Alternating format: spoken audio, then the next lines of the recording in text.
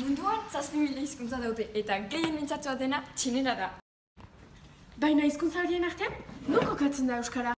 Euskara? Nola euskara? Ondago, euskara!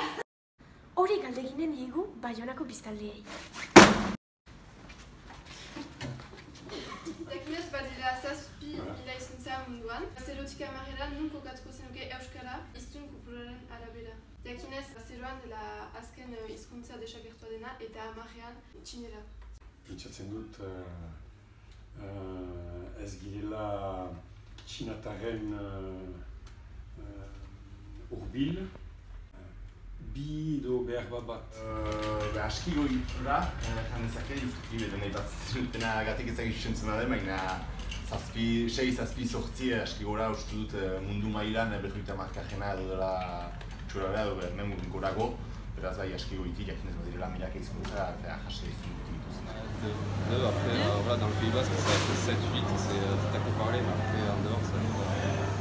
Je sais que quand tu sors d'ici, c'est sortir bederatzean hartan.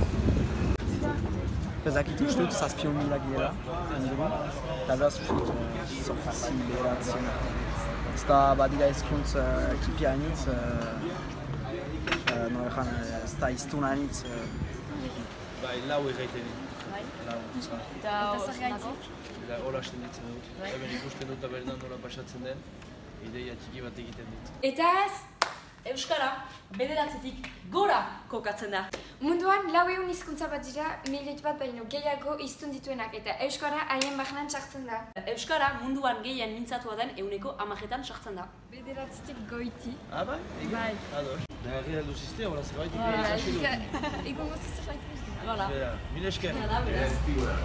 Banekin duziztera, ingoitzien honetan. Eta nik esaten dut egiazkoa, behatzi eta piko. Mil esker, zuedi esker, bokatuko dut untsa haste